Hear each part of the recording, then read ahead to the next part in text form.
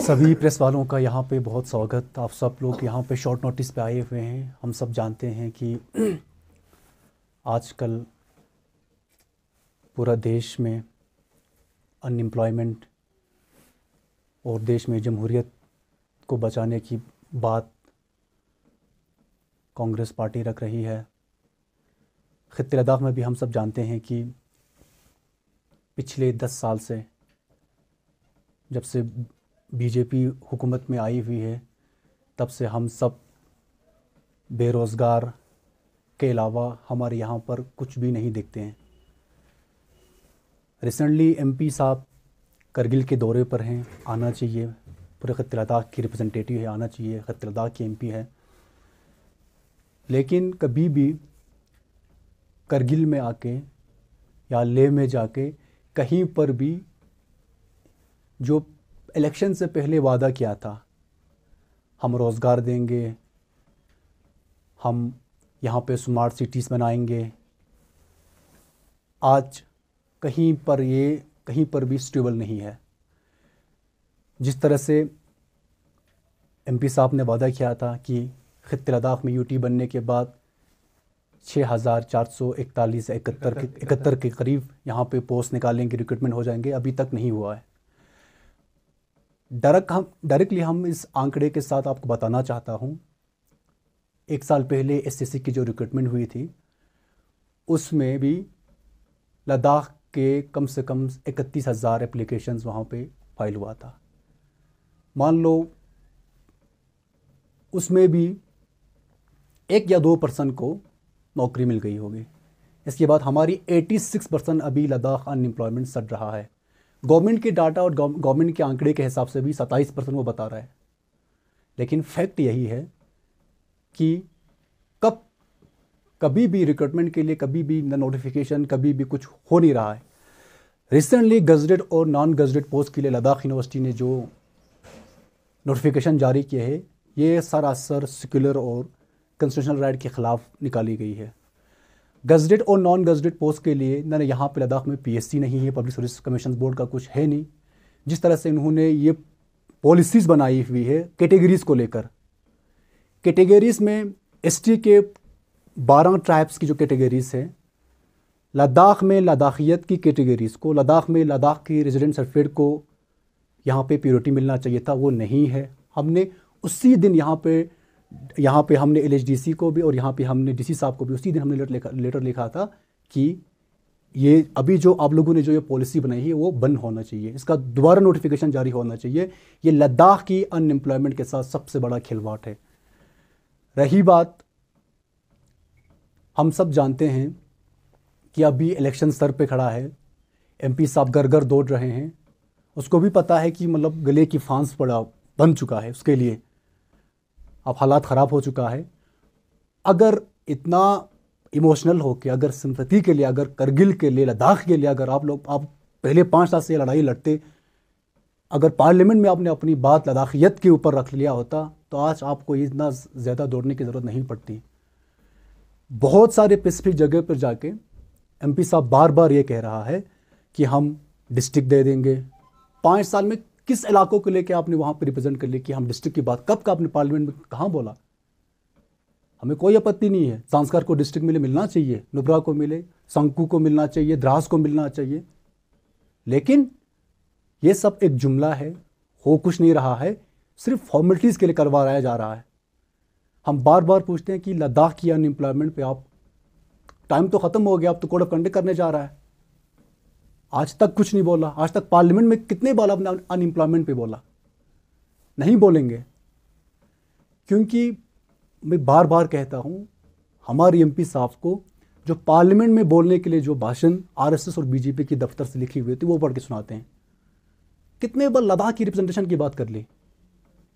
आज लद्दाख सड़ रहे हैं अनएम्प्लॉयमेंट से हम बेबस हो गई है।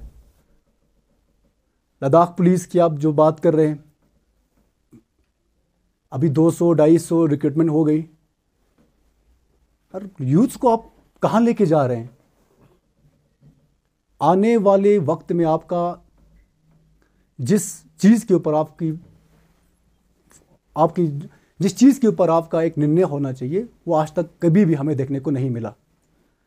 इसके थ्रू हम आपको कहना चाहते हैं मीडिया के थ्रू कि आज राहुल गांधी जी भारत जोड़ो न्याय यात्रा के साथ आज असम पहुंचे हुए हैं।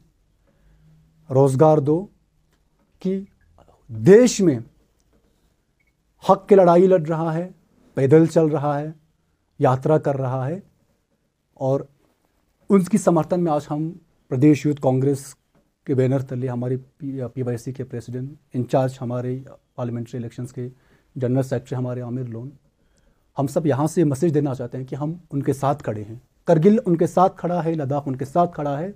हम देश में जमहूरियत चाहते हैं, हम देश में सेकुलरिज्म को मजबूत करना चाहते हैं। हमें कोई इसे ऐसा कोई मतलब नहीं है कि हम देश में इस तरह की राजनीति करें, नफरत फैलाएं। ये BJP और RSS कर लेंगे, हम सब बखूबी जानते हैं। इसके बाद हमारी PYC प्रेसिडेंट मानला आपको अच्छी से ब्रीफ करेंगे आगे की जो बात है। थैंक यू यूसुफ भाई। थैंक यू यूसुफ भाई। रोज़गार दो न्याय दो का जो कैंपेन राहुल जी ने शुरू किया है, वो वैसे तो कांग्रेस पार्टी हमेशा से, आप लोगों ने हमें ले में भी देखा होगा, जब जब हमारे पास कोई मुद्दा आता है तो हम बिल्कुल नहीं कतराते हैं कि प्रेस वालों को रिक्वेस्ट करके उसको मीडिया के थ्रू एडमिनिस्ट्रेशन तक पहुंचाए।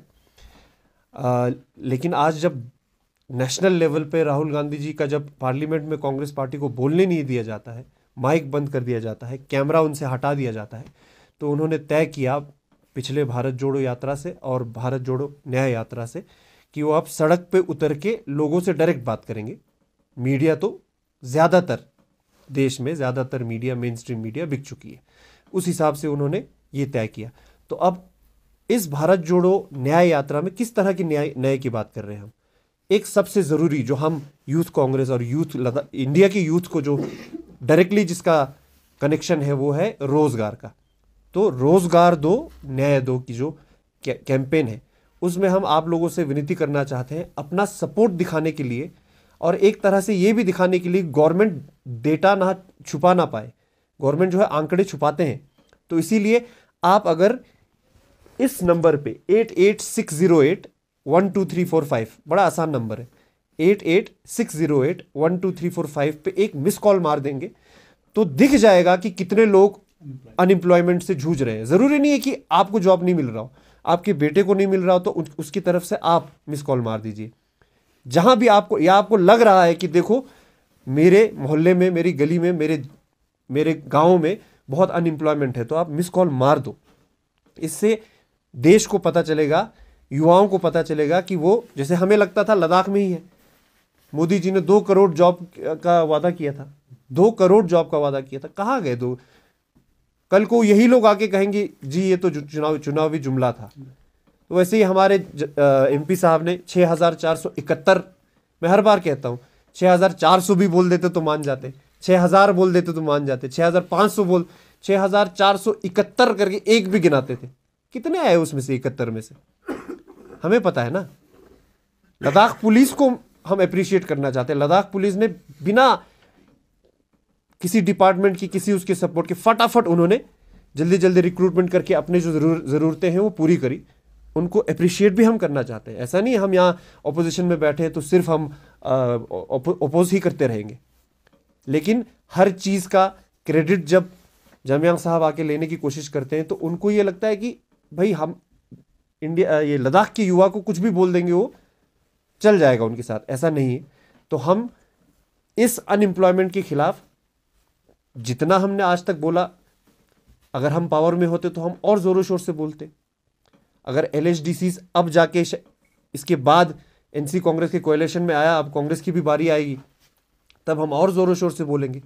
लेकिन काश हम पावर में होते या ले में जैसे काउंसिल हमारा होता, तो हम UT एडमिनिस्ट्रेशन के सामने एकदम रोज़ उनके दरवाजे पे जाके रोज़ उनको परेशान करते कि भैया कब तक आप हमारा काम नहीं करोगे, कब तक आप चुप रहोगे, कब तक आप लोग। रिक्रूटमेंट रूल बनने में कितने साल लग गए यार।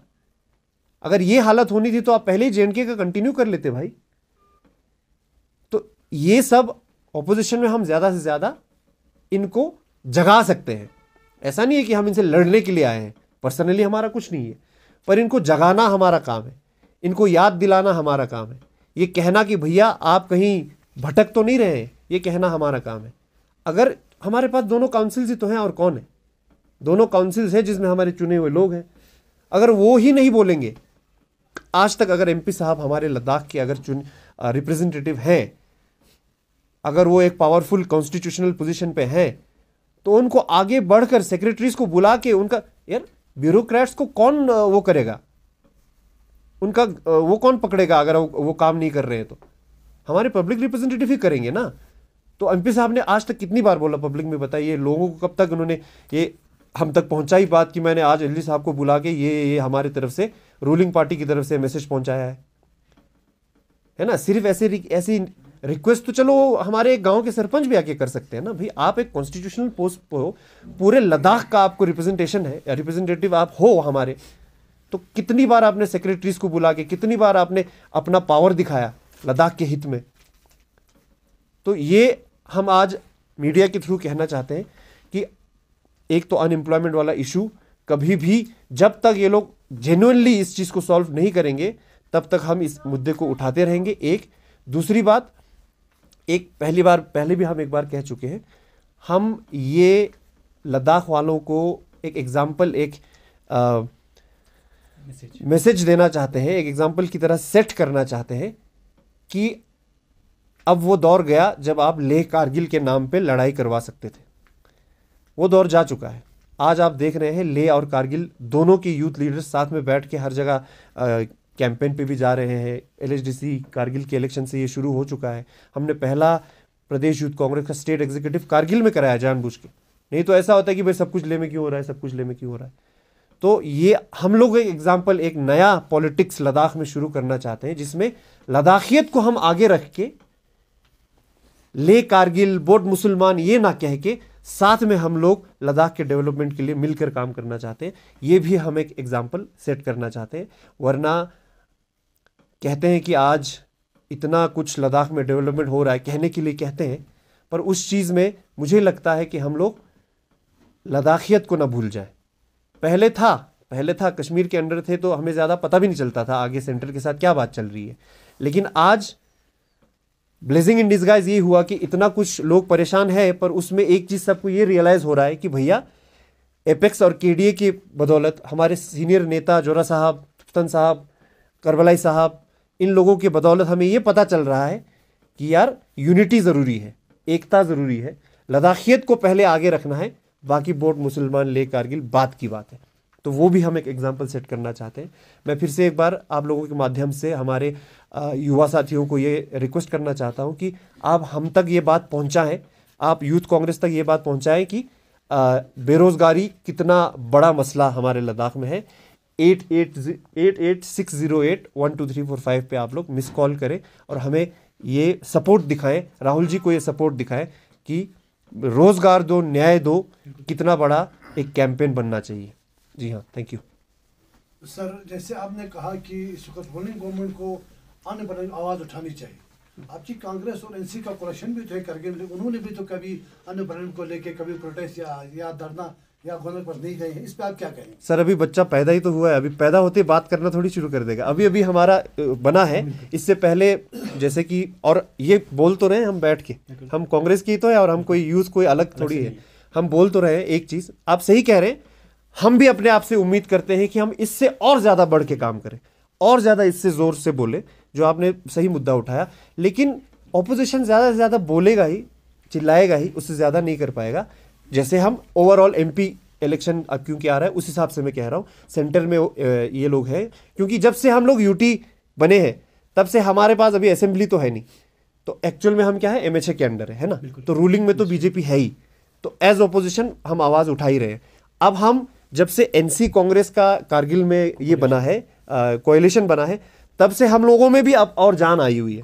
पहले हम ज़्यादा नहीं बोल पाते थे, अब कोएलिशन हुआ है, एक दूसरे के साथ सपोर्ट है, तो हम इस तरह के प्रेस कॉन्फ्रेंसेस और भी करेंगे। और जैसे आपको हमारे ऊपर उम्मीद है कि हम और ज़्यादा कहें, वैसे ही हमें भी अपने आप पे उम्मीद है, हम अब कोशिश करेंगे अपनी उम्मीद पे हम खरे उतरे। सर रिसेंटली आपने देखा कि एलएचडीसी के कुछ ऑर्डर्स को एमपी ने कैंसिल करवाया, तो उनका ये कहना है कि वहाँ पर प्रेशर हो रहा है, तो जब जो भी आवाज आएंगे उसको आगे पहुंचाने के लिए कुछ भी नहीं हो रहा है। मतलब रिसेंटली जो ट्रांसफर का मसले को आप देखा होगा जी, तो इसको मजीद आप आगे पहुंचाने के लिए आप यूथ का क्या इकदाम होगा, आप क्या स्टेप उठाएंगे? यूथ अभी एक चीज़ हमारे पास बहुत सबसे पहले, क्योंकि आपने एमपी साहब वाला वो किस्सा बताया, तो उस पर मैं ये बोलना चाहता हूँ कि अगर एमपी साहब इतने एक्टिव मतलब अगर सक्षम है कि वो इतने एक्टिव हो सकते थे तो कर क्या रहे थे भाई आज तक? आज जब बिल्कुल इलेक्शन सर पे आ गया है तब उनको सब कुछ याद आ रहा है। भाई ये पावर आपने पहले क्यों नहीं दिखाया? ये पावर आपने यूटी एडमिनिस्ट्रेशन के सामने, आपने एलएचडीसीज के ऊपर पहले क्यों नहीं आपने अप्लाई किया? एक तो ये बड़ा सवाल उठता है। जैसे इसीलिए हम लोग भी मजाक में कहते हैं कि यार अभी और जोर से आवाज उठाते हैं, क्योंकि बीजेपी सिर्फ इलेक्शन के टाइम पे कुछ ना कुछ करती है, वरना कुछ नहीं करती है। पब्लिक के लिए नहीं करती है, अपने लिए इलेक्शन के टाइम पे कुछ ना कुछ करती है। एक बात वो। दूसरी बात, आप सही कह रहे हैं कि हम एज यूथ कांग्रेस, एक तो आप लोगों को भी ये पता है कि पहले, जैसे मैंने शुरू में भी कहा, लेह कारगिल इस तरह एक होके, यूनाइट होके आवाज उठाना एक हिस्टोरिक बात है लद्दाख के लिए। Leh apex body, Kargil democratic alliance, इनके बदौलत अब हम यूथ में भी हम अपने सीनियर लीडर्स के रास्ते पे चलने की कोशिश कर रहे हैं। तो यूनाइट होके हमारी यही उम्मीद है कि इस तरह के मुद्दे हम और जोर से उठाएं और आप लोगों को बार बार परेशान करें। हो सकता है आप लोगों को हम कभी कभी जल्दी टाइम पे बता सके, कभी कभी हम आपको एक जल्दी में बुलाना पड़ सकता है, लेकिन आप लोगों को और परेशान करें, ज़्यादा से ज़्यादा आप लोगों को बुला पाए। जी, और एक सवाल पूछना चाहूँगा सल्ला साहब जी। कांग्रेस कमेटी करगिल जो है कभी भी ऑफिस में ना प्रेस कॉन्फ्रेंस करते हैं करगिल के बड़े मसाइल के ऊपर। लेह में तो काफ़ी बार देखते हैं जो भी यूटी लेवल पे इशू होते हैं, करगिल में कोई यानी इशू रेज नहीं करते हैं ऑफिस में आके या इस तरह से। तो कोऑर्डिनेशन क्या कुछ सही नहीं है कांग्रेस जो लेह और करगिल का है? जी, अगर कोऑर्डिनेशन सही नहीं होता तो अभी हम बीजेपी को इतनी बुरी तरह से हरा नहीं पाते। कहीं ना कहीं एक तरह का पॉलिटिक्स का एक स्टाइल होता है। कुछ तरह के लोग ऐसे होते हैं जो बोलने वाले होते हैं मेरे जैसे, कुछ होते हैं जो चुपचाप काम करते हैं। अब कारगिल ने ये दिखा दिया चुपचाप काम करके कि भाई कहाँ कह रहे थे कि ज़ांस्कर की 3 सीटें बीजेपी ले जाएगी, ये ले जाएंगे, वो ले जाएंगे, कहाँ पहुँचे आज? तो ये तो एक सिर्फ अपने पार्टी में ही कोऑर्डिनेशन नहीं, एनसी के साथ भी बिल्कुल बढ़िया तालमेल बिठा के आज बीजेपी को लगभग कारगिल से खत्म ही कर दिया है। तो कोऑर्डिनेशन की तो कोई कमी नहीं है। आप लोगों का फीडबैक हम पॉजिटिवली लेना चाहते हैं कि हम और ज़्यादा इसी तरह, जैसे कि आपके सामने हम ऑफिस में ही प्रेस कॉन्फ्रेंस कर रहे हैं और वक्त अभी हमारा है, वक्त अभी हम यूथ लोगों का है। हम लोग आपका फीडबैक पॉजिटिवली लेंगे और इस तरह के प्रेस कॉन्फ्रेंसेस और ज़्यादा करेंगे कांग्रेस की तरफ से। जी, thank you sir. Thank you जी। For more updates, subscribe to our channel Kargil Today. Click the show links and enjoy watching the videos. Like us on Facebook and follow us on Instagram. Keep watching Kargil Today. Keep enjoying Kargil Today, the only voice of Kargil Ladakh.